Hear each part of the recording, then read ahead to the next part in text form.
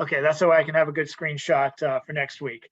Thank you guys for coming to Stone Soup Poetry, the more or less still weekly online gathering, also live gathering coming up next week on the 10th. We had a poet slated for that time, but they've fallen sick and are probably likely to reschedule for October or November. So I'm making announcements and hoping to have more announcements by the end of this week. I have my pick for September's Stone Soup feature if they agree. I also have a second choice lined up. I want to do something appropriate to the birthday month of Jack Powers this coming September. And I also want some really nice features coming up for the rest of the year. We might even have a second live event happening in, we might even have a second live happening in the assemblage gallery located on Seaport if a touring poet lets me that they're available, and the gallery lets me know that day is available. Anything is possible now. So I'm glad everyone made it tonight. I'm glad we got some new faces here. Hi, Marissa, and hi, Jackie, and hi, Ron. I'm glad the word spread somehow. I don't know how, but it did, and I'm happy. I can post a million things on YouTube, on Facebook, but it's totally chance when people are coming. Oh God! And now John is sharing poison pigeons in the park. It's for you to sing, Chad. Oh God! Maybe I'll do the first verse, but in lieu of our usual singer vocalist James Van Loy being out this week, we might have to maybe we should keep silent, have a moment of silence for him instead. That might be healthier. But we're going to get to the nittiest of the gritty, and we're going to get started with the open mic. And the Ramdonator 5000 has actually chosen one of our phone poets to start things off. These two have been here since Stone Soup started on the Zoom world back in 2020. Our first one up is going to mute herself by pressing *6, and then we'll hear from her. Let's welcome up Nancy Dotson.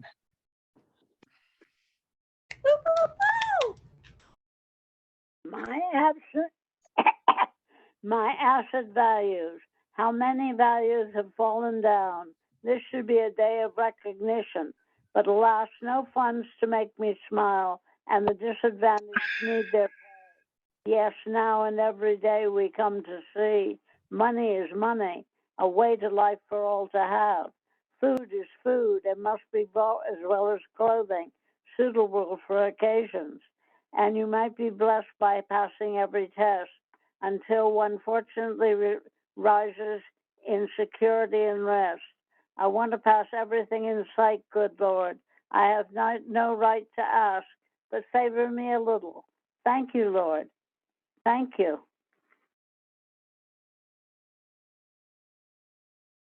What? No Mercedes-Benz? Oh, Lord, won't you buy me a Mercedes-Benz? Thank you, Lord, indeed, and thank you, Nancy. We're going to go to the next person chosen by the Ramdonator 5000. I'm assuming everyone here has at least one poem to read, so I'm looking forward to that. We're going to go next to Julian Powers. Julian, take it away.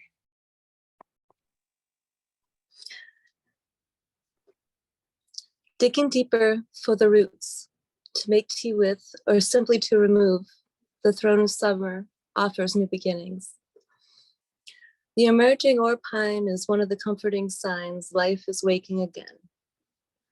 Blooming crocus and forsythias, precious bloodroot and dandelions from the altar of earth, brimming with hope for the spring to grow, a magical summer. Thank you.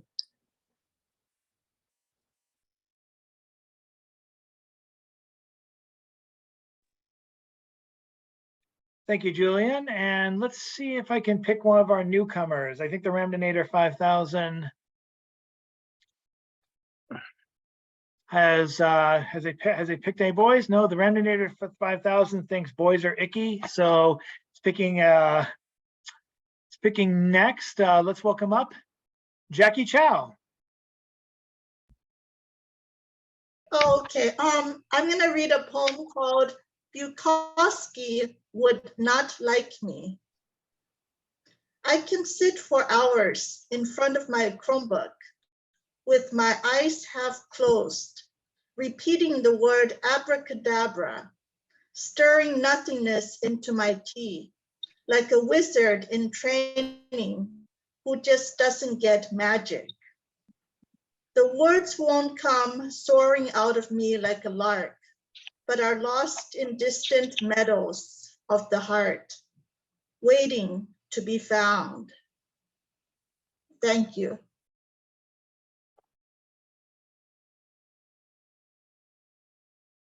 Thank you, Jackie. Long time no see, no hear. Glad you came back. Yeah, finally I was able to make it. Thank you, Chad. You're very welcome. Thank you. And let's go next. The Ramdonator 5000 still thinks boys are icky, and this person coming up next is no exception. That's coming from the Ramdonator, not me. Let's welcome up, all the way from Idaho, Mr. Bill Lewis. Don't shoot the messenger. So why did that, what do you mean boys are icky? Your star performer is a boy, and I am definitely not icky. I'm wonderful. And plus the fact I have to introduce everybody to my chickens. I know that this is officially supposed to be about poetry, but come on, it's a chicken. Here they are, they're so pretty. I just want everybody to admire them. There are my little chickens. There they are.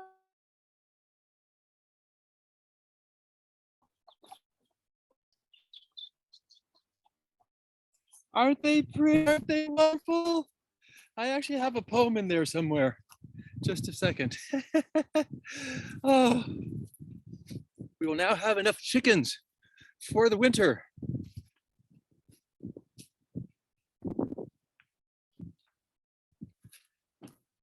Unfortunately, it's too bright to read outside. I can't see anything. Anyway.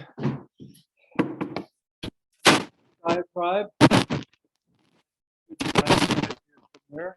Oh, wait, where? Watch your mic, you're coming in a little staticky. Ah, excuse me. La la la la la. A garden would be nice, I thought. Then turned attention to my plot, carefully ensuring the ground was clear. From weedy plants, I had no fear. Rejoicing for job well done, I sat myself beneath the sun to peruse the web for friends most dear and have fun surfing to websites queer. Whereupon a sudden jolt disturbed the placid scene. A waver in the force, portending something sad and gruesome, something mean. Jumping from my chair, I rushed to the gate which I had most carefully construct. A scene of cruel murder, of desolation, by sweet, tender vegetables engulfed, by them the weeds of vegetation. No one warned me when I bought the seeds that they would be subject to such horrendous deeds. I cannot finish a Facebook post without a weed appearing to smash my little darlings into toast. Damn you, weeds, you can be sure I'll be back in the spring next year. I'll have my shovel, I'll have my hoe. You and I will go toe to toe.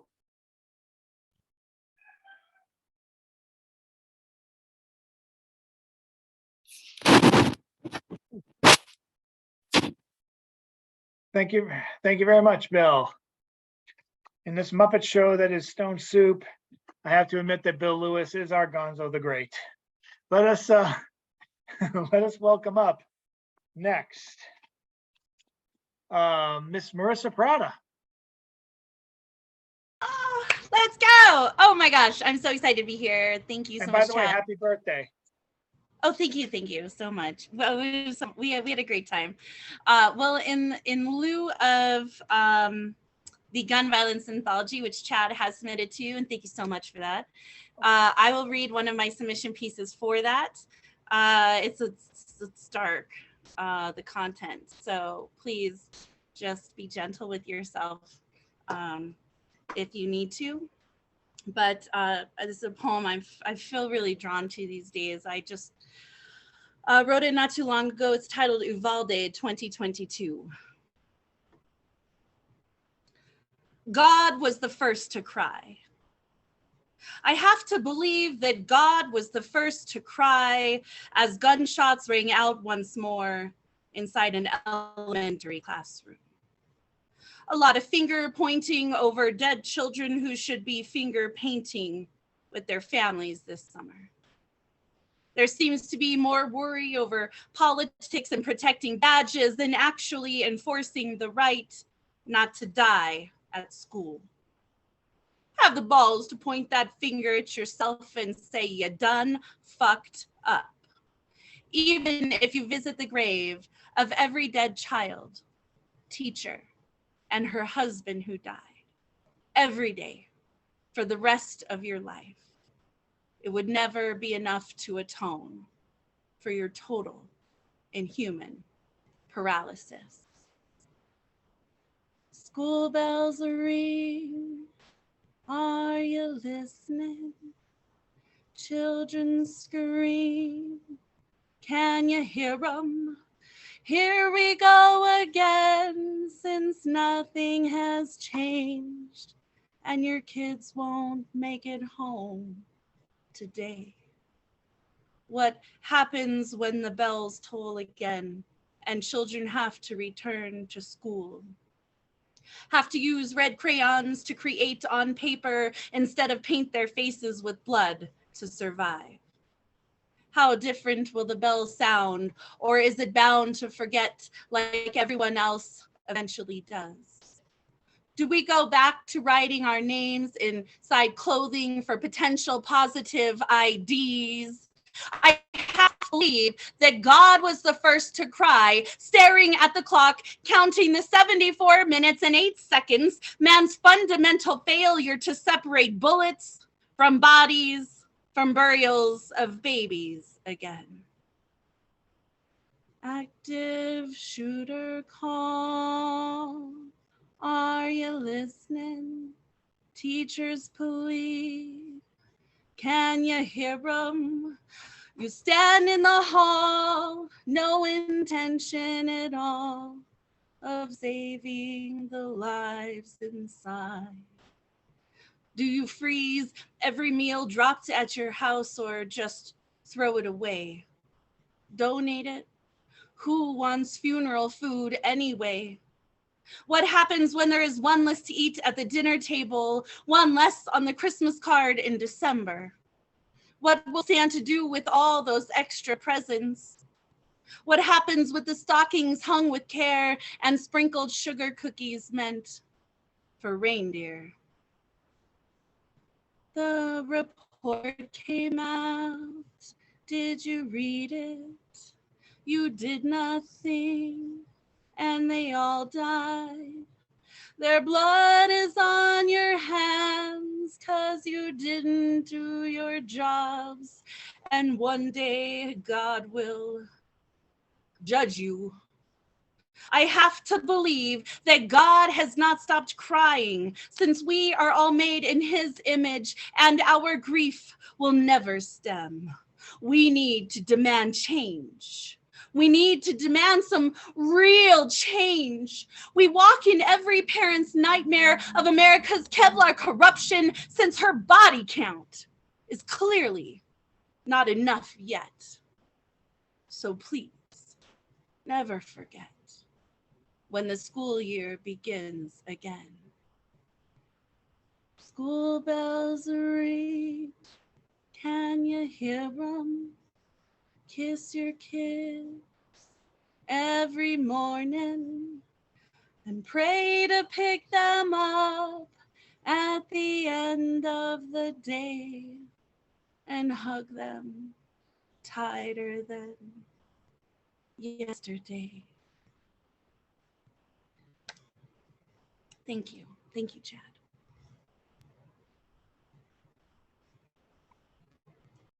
I'm not even gonna try and sing Fred Blassie's Pencil Neck Geek, because I think the music in lieu of James's absence has been more than provided. Thank you so much, Marissa.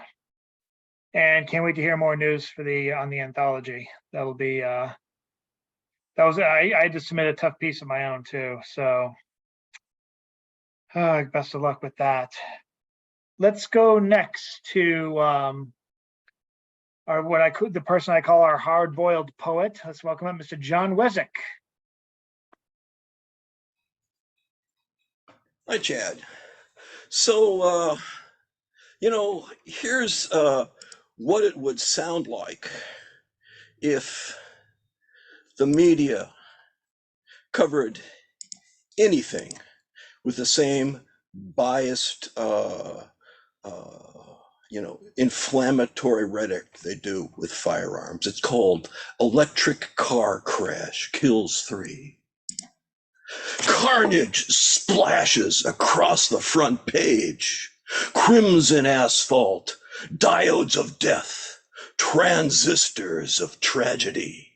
Reporters fuel the moral panic, neglecting SUV rollovers and sleep-deprived truckers to spotlight the 1% of accidents involving a Faraday cruiser. Ad revenues take off like Falcon 9s. Politicians grandstand from chauffeured limos. Public radio presents opinion as fact. Today's guest is Chef Jose Andres, a talk show host says. But first, let's discuss this appalling pickup pileup 3 weeks ago.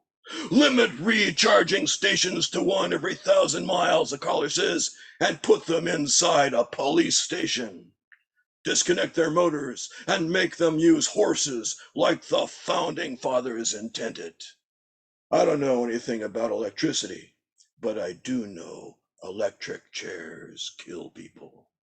The crashes continue. Black ice, DUIs, drivers texting while speeding, but only electric cars make headlines. Protesters picket Faraday dealerships shouting, "You care more about your batteries than our children." Oh, when will our leaders bow to the majority's will and take those bastards' cars away?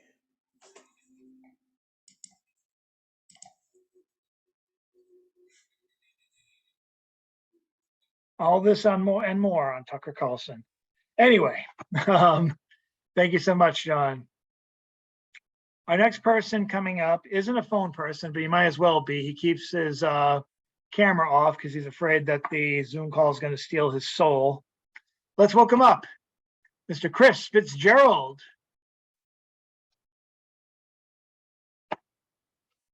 So you can hear me. Yes. Okay, these two at the end, you don't have to go beat anybody up because you're not happy with the world. You just listen to these. These are just, this is what art is. The first prejudice from which all others sprang 3 weeks ago. I'm in line at a Starbucks on the South Shore. A 6-7-year-old girl comes running up, slightly bumping the display case. Her mother behind her 4 or 5 feet. "Honey, be careful." I instantly say, talking about the porcelain cups on the rack, "First one breaks, they consider it an accident, half price. Any more than that, you got trouble." In fact, I was here 3-4 weeks ago. A guy moving too fast, just like you, bangs into the display case. 4 or 5 fall and break. $40, $50 damage. He doesn't have enough money to pay. He ends up getting 3 co-signers. 20 years ago, 2 would have been more than plenty. And like you, he only had 1 leg. The other was artificial. I don't know if it was war, car accident, fire, but he had to leave the fake leg until he paid what he owed. 6 or 7 days, I heard. So these people working here all smiling and happy, don't test them. I laugh and think I'm going about my business. I get my coffee, sit down in a big comfy chair, start reading the Sunday Times. 5-10 minutes later, who's sitting at a 90-degree angle in their own comfort chair but mother and daughter checking me out?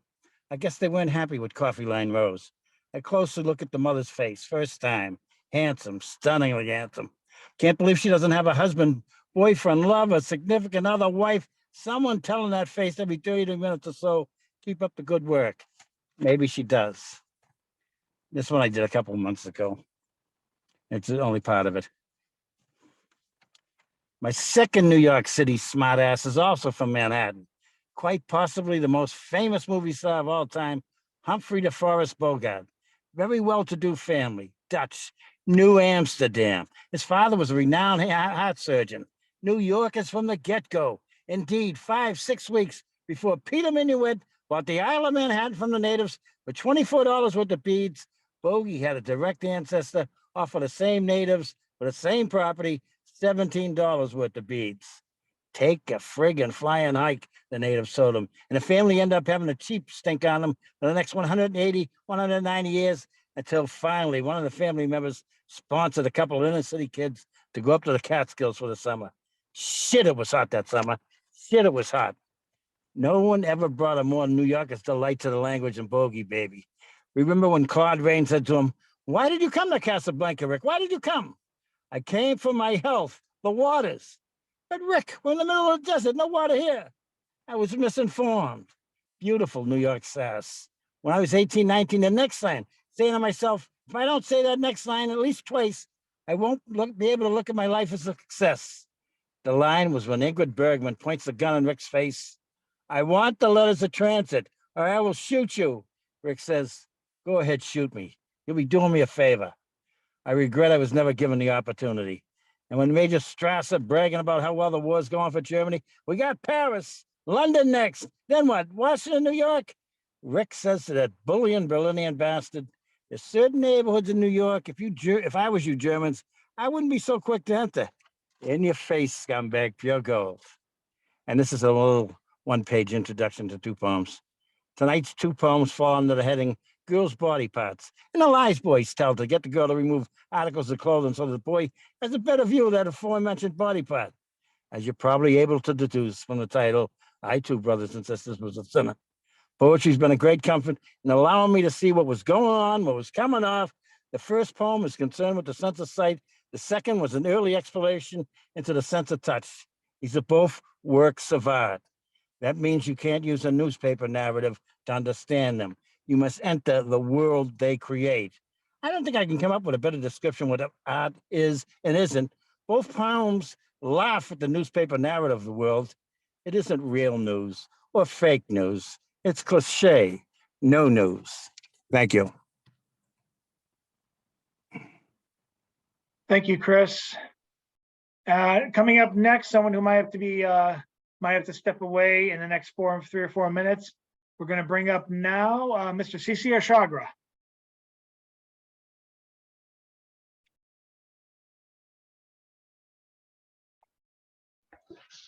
Okay, hi. Thank you. Yeah, I'm being called away. I'm going to read a couple little things. One is a lyric based on Leonard Cohen's Hallelujah. I'm going to read it. And out of all the, well, it's in here, but there's a line in Hallelujah that always, I could never get my mind around. So I wrote a song about it.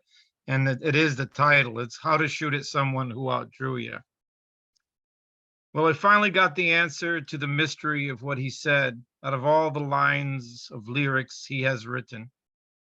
There was one where I could not find love, a line about all he ever learned from love, past questioning as God above, through every loss of risked life loving. Then I finally heard it for the first time. I did not hear it in the night. I did not see it in the light. And funny how the burn was cold and a broken hallelujah. And he did not have, or even not have, a gun, a bullet, or a trigger. And if he did, would it have mattered when 2 turns 1 to who shot first? So simple, I just didn't see it. So simple, one outdrew you. You see, it didn't matter who drew or pulled the trigger. The lesson is the same. It's over. Love falls when one turns love away, aims and shoots. It's over. The lesson is the same, you see. Love's just a gun that never leaves the holster. And I'm sure I miss Leonard every day. That man did something for us all. The Covered Bridge. I live in Cornwall Bridge. There's a covered bridge up here, and this is as hallmarky as I think I'll ever get. Maybe not. It's not that the waters are troubled, or the rush of its song ever sad, or how we move to walk over what lives moving stillness, as we feel, as we rest with how gravity lies. All grounds to die loving with no fearful reason, related to happy even when we cannot be. It is not as if light becomes darkness, or what seems an impossible crossing, or the thought of life ending, or time coming to take us, the way time's not a clock, and sunsets don't hurt us. Upwards and downwards and downwards and upwards. Be grateful, we flow here. Be grateful. The covered bridge. And it's I have a video that I took when I first moved up here, where I walked into the bridge and I turned, and I have this little video, and I think I'm going to put the two together, and I'll share that here someday. So thank you.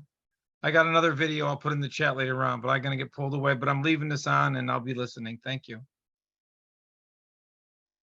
Thank you, Cece. And who do we have next? I'm going to bring up Carol Weston. Give me a second, Carol. Let me make sure you're unmuted.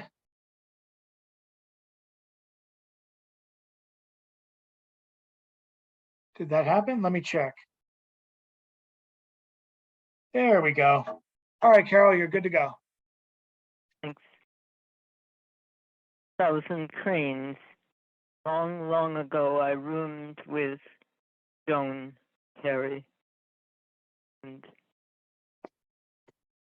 it's her story. Such tender turning of her plants. She who kept her pigments in long-stemmed glass cosmetic jars, paint in egg tempera, 1,000 cranes.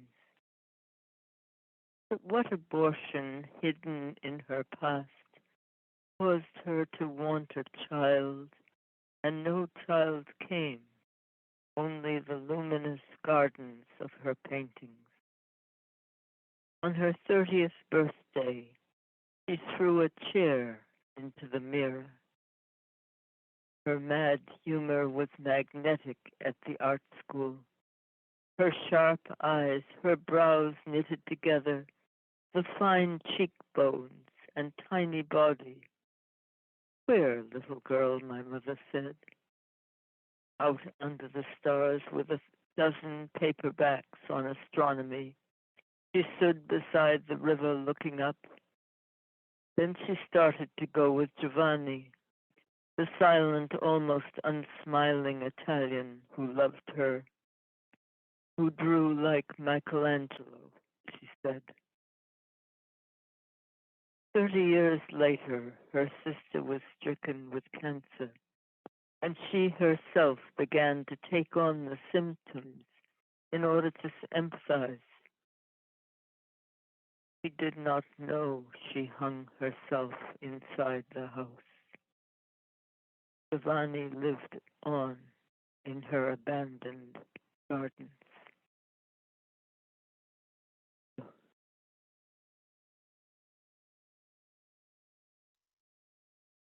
Thank you, Carol. And looks like we have one more person in the Ramdinator 5000. He just came on a little bit. Ed, there's no James and Jan to go before, but you'll go before me. I think I might read a poem tonight, but so that'll have to do. So ladies and gentlemen, check out his photography that was posted today at 11 o'clock at oddballmagazine.com. Two really strong pieces today, and really made strong by the photography. One first by Jennifer Matthews, and then by this gentleman coming on, literally nicknamed Gentleman Galt, or calling, as he calls himself now, Magister Galt. You're up, sir. Thank you. Selected a poem that'd be just perfect for this summer heat, and it's called Polar Desert.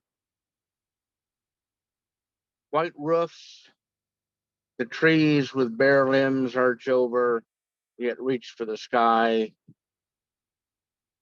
The tracks stretch across the frozen ground toward the horizon, then vanish.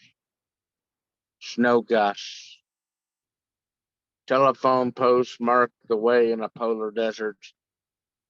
A tranquil sanctuary can be found for those who like the quiet beneath the ice pond. Like arrows, icicles hanging from the wire point the way. The sun triumphs, snow glistens. Thank you. Thank you very much. Thank you, Ed. Nice reminder to cooler days. I'll finish off with a poem, the Stone Soup Crouton poem I wrote based on last week's open mic. I do a crouton poem after every open mic, or do my best to. And last week I was able to get this one up. You can check out all the previous open mics at my YouTube channel. Just look up my name and you should be able to find them, or even just look up Stone Soup Poetry open mic. Should be able to check it out there too. So this one, a lot of homeless discussion, or there's been a little bit of homeless discussion in various open mics. Thanks to Bill, thanks to activists like Bill and other people. This one I called Keeping Up with Your Houseless Home. From an above perspective of the running circle, the mouse could be chasing the cat. Hard-boiled homesick blues can make you temporarily fade from your own existence. You're an unfulfilled swimsuit in the ocean. You're an unfilled swimsuit in the ocean. Your prior kingdom for a sty to sit down in. Or maybe the declassification of your last lease, proving exile was under false logic. Active volcano will tell you your home is wherever you are. It could still use a floor. A wall to block the livestock would instill less sense of mortality given to Firefly on windshield. The Jesus flavor of the month says to take a bath, blocks off bathroom, has private boat to walk on water. Wait for a rainfall to cool open bed so it helps you stay feeling noble. That's what they say poverty is. Ask if no true man is an island. Could they at least be on pillow for 6 to 8 hours a day? 2 separate roads, take the one with sign saying rest stop 2 miles. Get on that like tick to Tuckus.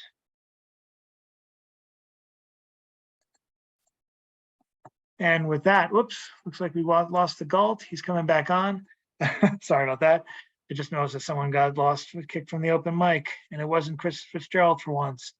So that's good news. Well, bad news for Ed. He should be coming back on. And we'll do one more round of the round robin, and we're going to start with I want to make sure everyone gets a shot, including some people who might have to leave soon.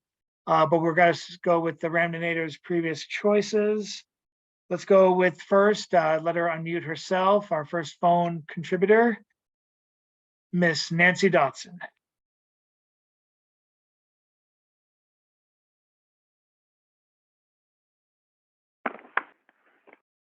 Sickness. After reading about war, a sad day to be sick, and oh how I ache. The world dying around me. Why, Lord, kill me? I wish to live desperately each day in your creation, rejoicing gladness in every moment, not hating the day because of non-energetic sin, in quietness and loving kindness, and loving confidence, I am thine. Thank you.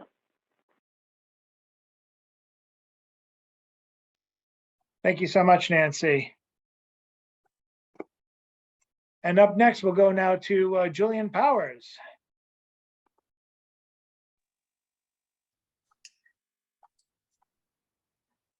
Teaching kids independence, never on the school agenda. Withhold basic life skill training. Erase accurate history lessons. Parents' duty to teach what they weren't taught themselves. Filling educator positions with officer and veterans comforts the need for safety.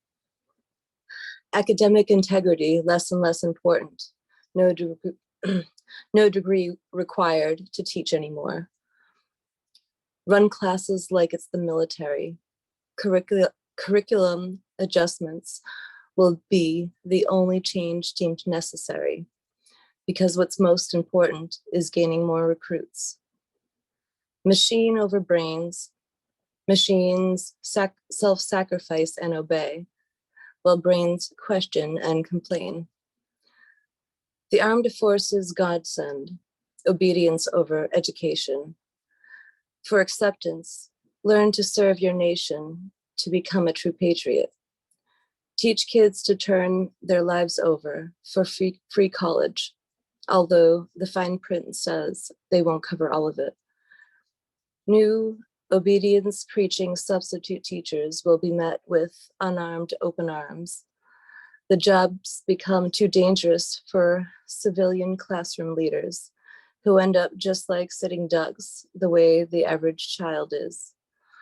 This is the prime opportunity to teach kids blind loyalty to a country, making ruling over much easier in the future. Thank you.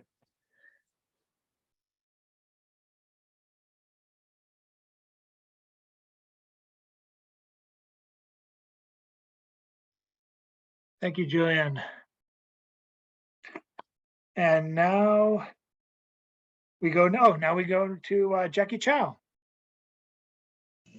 Okay, I'm gonna read a limerick. There was a call for love poetry. I thought it was up my alley, feeling quite dejected when all my poems got rejected. All 10 I wrote on a spree. Thank you.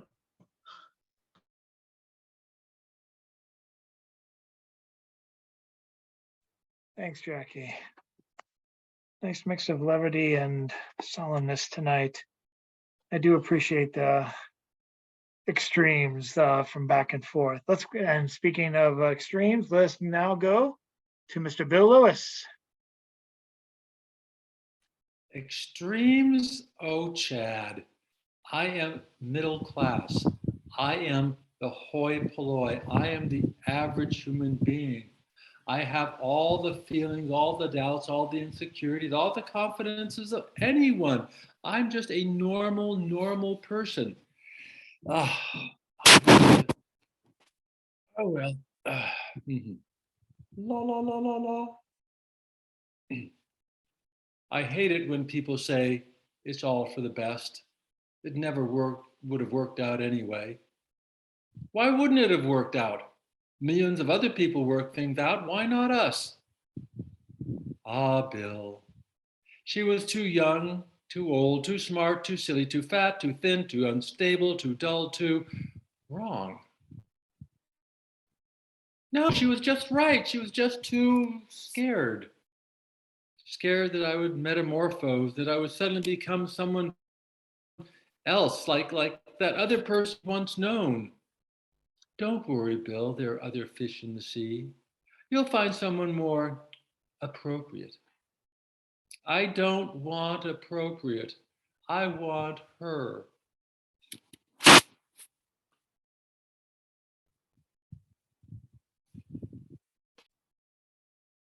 Thank you, Bill. And now, we're lucky she's still with us. We're making good time tonight. Let's go to Marissa Prada. Surprise. Okay, so I pulled up a poem real quick. I'll read it. This is titled Past Lives, and I'm so sorry to run. I usually don't come and run like this All right, past lives. Pulling out my inner child is like removing a hot dish from the oven without pot holders for protection. It's gonna leave a mark. The mountains of my home always smelled of wildflowers and dust. Cool winds carried sparrows that built mud nests under the sheltered parts of our porch. Their babies would fall out, and I would pick up their naked corpses. Dark eyes, bulging big, beak, wings, feet. Could see it would have been a bird. Summer camp, they'd throw me in the swimming pool, even though I could not swim. We had an orange striped cat named Tigger who lived in the barn beside our house.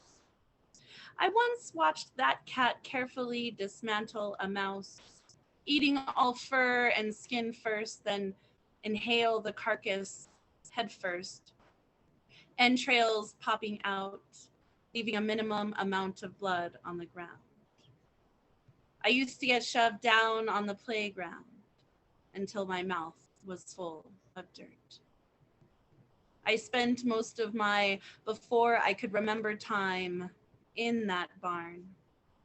Even after the laughter of horses had vacated and weeds had overgrown stalls, when shit had turned back to earth and all had fallen quiet, I'd still run around the corral as if I belonged there.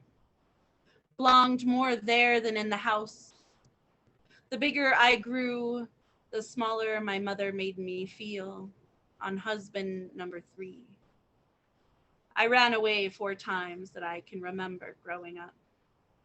I wished I could have grabbed the mane and swung up on the back of that black Frisian stallion, ran down the road to the highway and into the unknown. It was much better than the known, for I was the mouse, and the house was consuming my skin, feasting on my insides, while slowly devouring the last drops of girl that I contained. I was the baby bird, dried and stuck to the concrete, the forgotten future of humanity, by a school that only held bullies and detention after fistfights. Explains why I so easily accept disappearance as an adult, as a woman, as a mother. Thank you. Thank you so much, Chad. Y'all come find me, please. The word is right. And red or green books. Red, R-E, R-E-A-D. Pre-orders are on right now for the gun violence anthology. And we just launched our LGBTQ anthology and a women's erotic anthology. It's super fun. So thank you all so much. Good to see you again, Marissa. Maybe I'll see you on the Garage Poets this weekend or a weekend coming. Thank you, guys. Thank you very much. We're going to move now to, yes, Mr. John Wizwick. Okay, so Jackie read a poem about Bukowski, and so here's another one called Bukowski's House. Even in death, he guards his privacy, his ghost cussing out fans and would-be gawkers, so I send my imagination infiltrating the San Pedro city limits, prowling where he lived. The one-story house of brick and wood, front window a cyclops eye, peering unconcerned while the outside world goes on its foolish way. Chain link fence, no garage, only a weathered BMW, parked one wheel off the driveway on dying grass. I enter, not for the alcohol-fueled rages, nor for the screaming women breaking glass, but for the 4 a.m. solitude, notebooks to fill, Brahms on the radio. Waking at noon, plastic upholstered chair at the kitchen table, tattered bathrobe, and walk to the mailbox, the safety of a warm Southern California breeze. No place more important than here.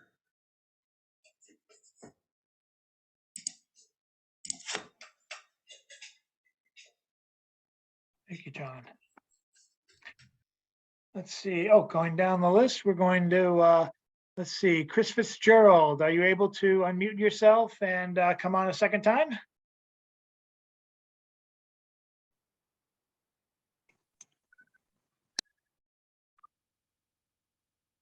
Mr. Fitzgerald?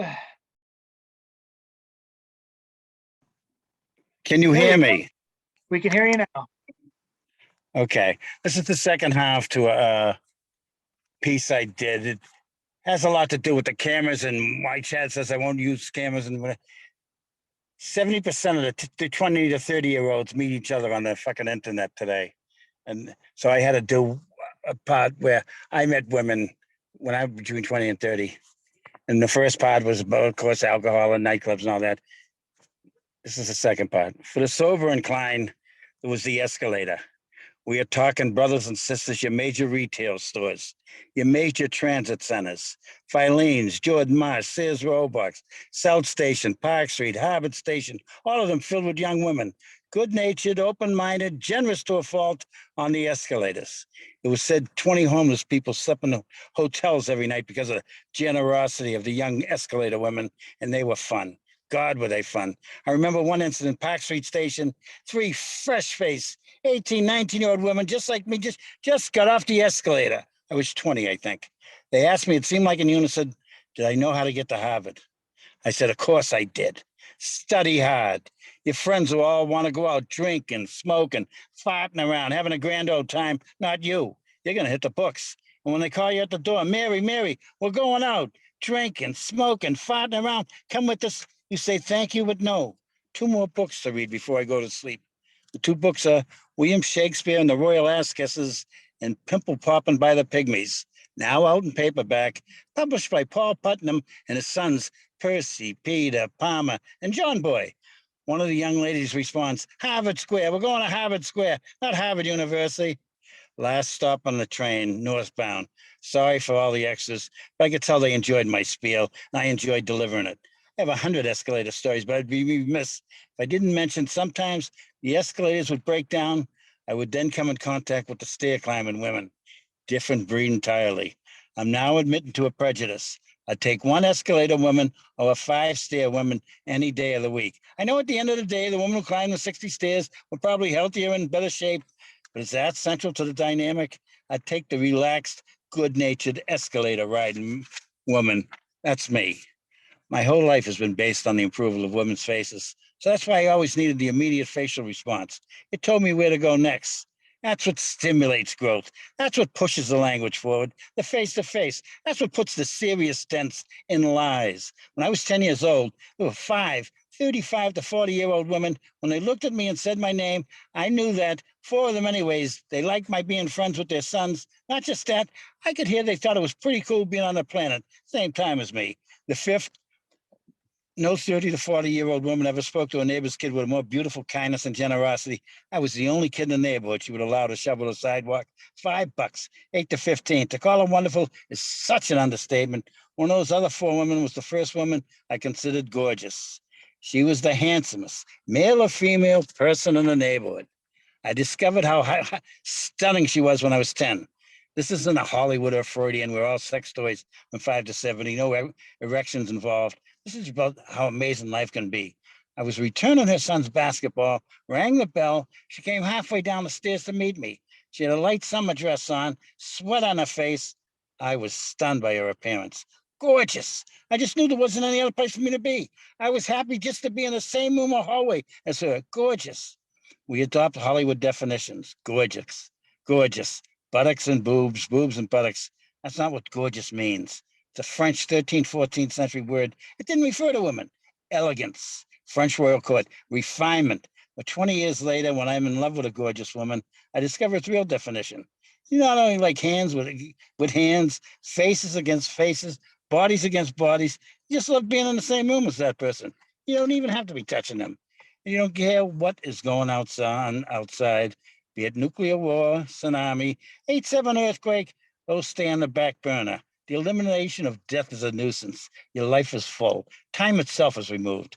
I do not know if love can go any further. Thank you.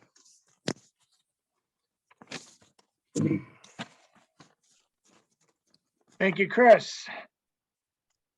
I think CC is indisposed at the moment. If not, he'll correct me at his earliest convenience, but I think we're gonna go now back to Carol Weston, and CC will hopefully be back. So I just unmuted Carol, and Carol, when you're ready to go. Okay.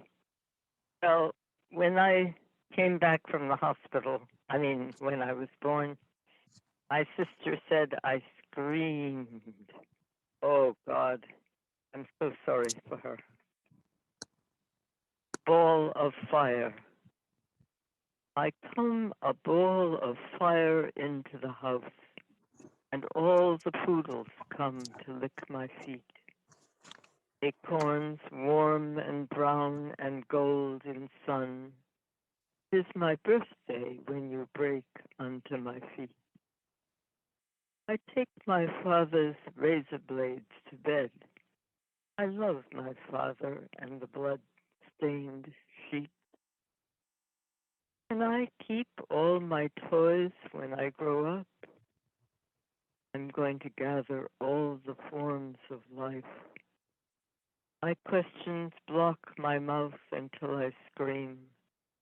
I live inside the callus of my doubt. My head of wonder weighs too much to lift. I want to look in every human face. How far is it for me to touch the sun?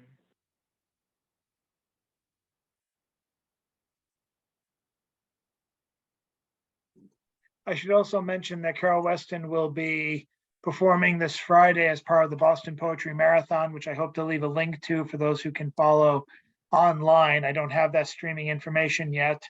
It looks like my performance time has been moved to Sunday, and you should be able to see that via streaming as well. For those of you who could want to make it live, there's no open mic for the event, but it is over 100 poets performing, and the majority of the performance is going to be happening at the through people gathering at the Community Church of Boston, which is located on Copley Square. If you're comfortable and if you've been vaccinated, it should be a pretty safe environment. The Boston Poetry Marathon refused to meet for about 2 years because of the COVID, and we moved everything online. But now, with some very few exceptions, we're going to be meeting at the community church and performing there. So I do hope you make it there. And if you're not comfortable doing that, there will be live streams on YouTube and on Facebook. And I'll be one of the main people helping to coordinate that. And sadly, Carol will be not there live, but she will be participating by phone, and I'll be helping to facilitate that. So check out the Boston Poetry Marathon link that's been posted on Stone Soup. I'll probably repost it. If not today, then if not tonight, then later on tomorrow. So thank you again, Carol. Can't wait to work with you again. And I don't hear back from CC, so I'm going to pass the mic over, virtually speaking, to Mr. Magister Galt, Mr. John Galt. You're up, sir. All right. This one is called Apology. I'm sorry that I passed you by today when you asked me for that $1. I turned away. I couldn't spare so much as a dime. I pass you every day. You are a constant reminder of the restructuring and downsizing of our times. A winner in the anti-lottery. To see you there, I would have to look down, and they tell you never to look down when climbing a cliff. We are all climbing a cliff these days. Simply can't afford to see you way down there, looking up to me for help that I can't give. Nothing $1 would cover or even a dime. I'm not that much better off. I see you in my possible self, my probable self, my definite self. There is really nothing more for me to say. I'm sorry that I passed you by today. Tomorrow I will try to see you there. I would like to say one last thing about that poem. That was actually that was written 30 years ago. And you can see where we are now, so things really haven't changed all that much. In fact, they've gotten worse. Anyway, that was the poem. Apology. Thank you. Thank you, Ed. Again, I'm going to plead for the company of Cece if he is there. Oh, he is here. Yay. So if you're looking to read, you can. Okay. Be careful. Be careful. Chew carefully. And question every swallow when you're drinking from a straw man. For love's most twisted road to hate feels for nothing in its way, steals all giving with want's take, is afraid of equals opposite. As growing goes to war with knowing, wasting time steals both clocks' hands. The soul pretends to wear a mask as if life without one can't face death. Enough of deaths that do not die, where fears are friendships weaponized. To track, then try to torture kindness. You are blinding love, can see through blindness. As angels fall through isolation, to be the flight of you without wings. And always, no one's ever lost. Love to form, to pay the cost. I'm tired of not being now, still being here at each death lesson. The mysteries when time's not over, each heartbeat, breath, when there the sum is. Oh, myriad of choices we do never see, endless punchlines, all silent epiphanies. I'm all done being fear. I fell in love with the end on its birthday. Be careful. And that is an experiment that I'll talk about later, but as technology changes and poetry changes and books changes and publishing changes, I came up with this idea that is still going around up there. But that is a result of an experiment that until it's actually something to explain, I'll do that. And I'd like to do just one more little one here, not little one, but an important one. This used to be a different title. It's now called Ode to Everyone. Be where you are now. Poetry is here. Poetry can save lives. Poetry can heal where there are wounds. Poetry can bring peace to where violence resides. Poetry can heal and set free the eternal hold of pain is. Poetry can unite where divisions are sowed by words or deeds or even thoughts done, or oppression where it is persisted for millennia. Poetry can teach harm that it is harm. Poetry can wake reality to dream. Poetry can cure the voice, all languages, symbols, vibrations, and sound.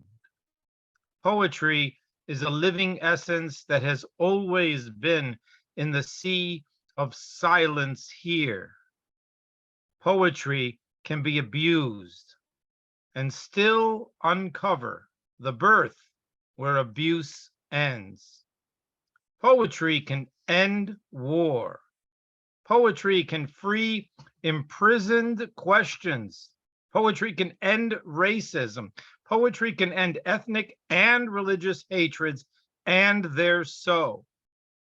Poetry can be eaten alive by an ego or an eagle yet to vomit. Poetry can stop slavery from enslaving the mind. Poetry can stop you from enslaving your own mind. Poetry can let your own truths die and rest in peace. Poetry comes home to you if you let it. Dedicate that to Jack Powers. I think going to Stone Soup for 10 years really is what wrote that. So thank you. Thank you, CC. Nice piece to end on. But I do want to do one more poem. This is probably one that's no one's heard yet, and maybe few of you have read. This is an old crouton poem I did back in March. And now I'm taking a second to find it. Yes, this is a Stone Soup crouton poem from the March 23rd open mic.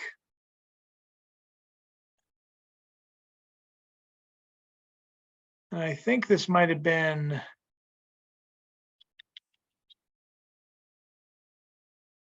yes, and this was actually, for historian's sake, this was actually the first open mic that Julian Powers graced us with her presence. So it has historical significance, though there is no feature.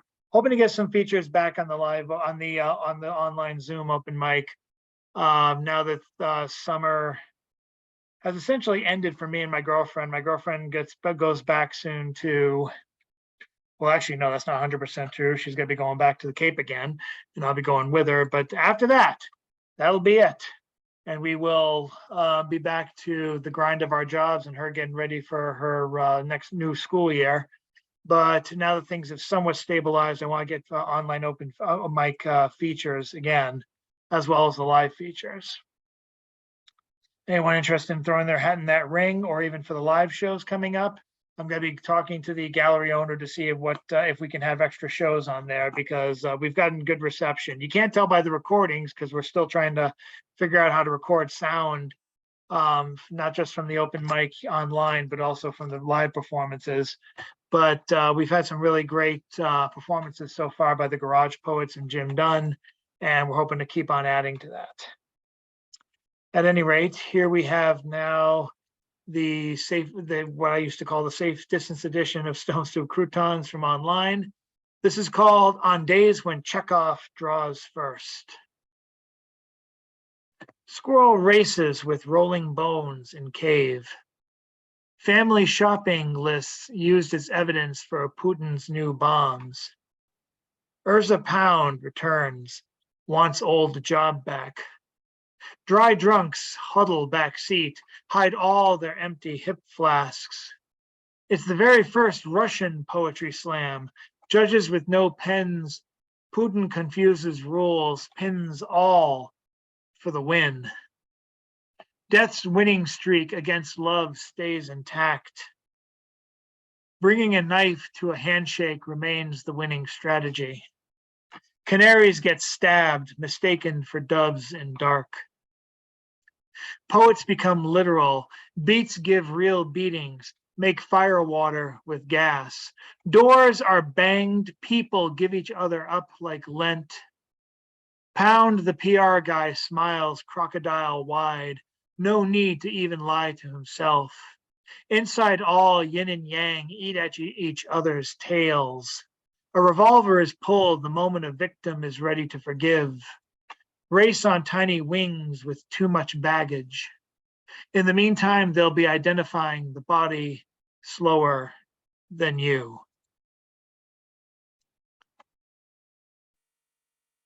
I think that was around the time when the fighting was escalating in Ukraine. Check out the Stone Soups over the Stone Soup poems over the last couple of days. In particular, the Monday poem from a brand new poet, which I was actually glad to contribute a photo to, from David Justin Sills, who has a series of cantos on war.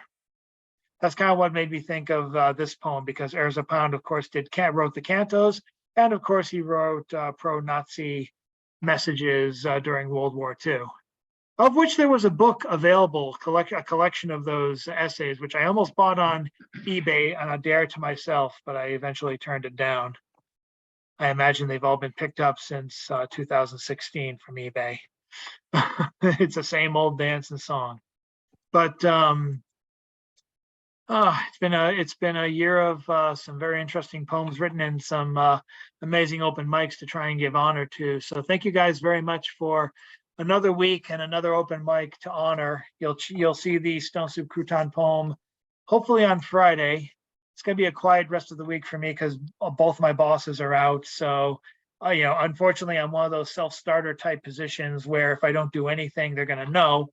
But in the interim, I'll be working on the poem tomorrow and a bunch of other things, and hopefully some more poems and more things to announce and more essays to write.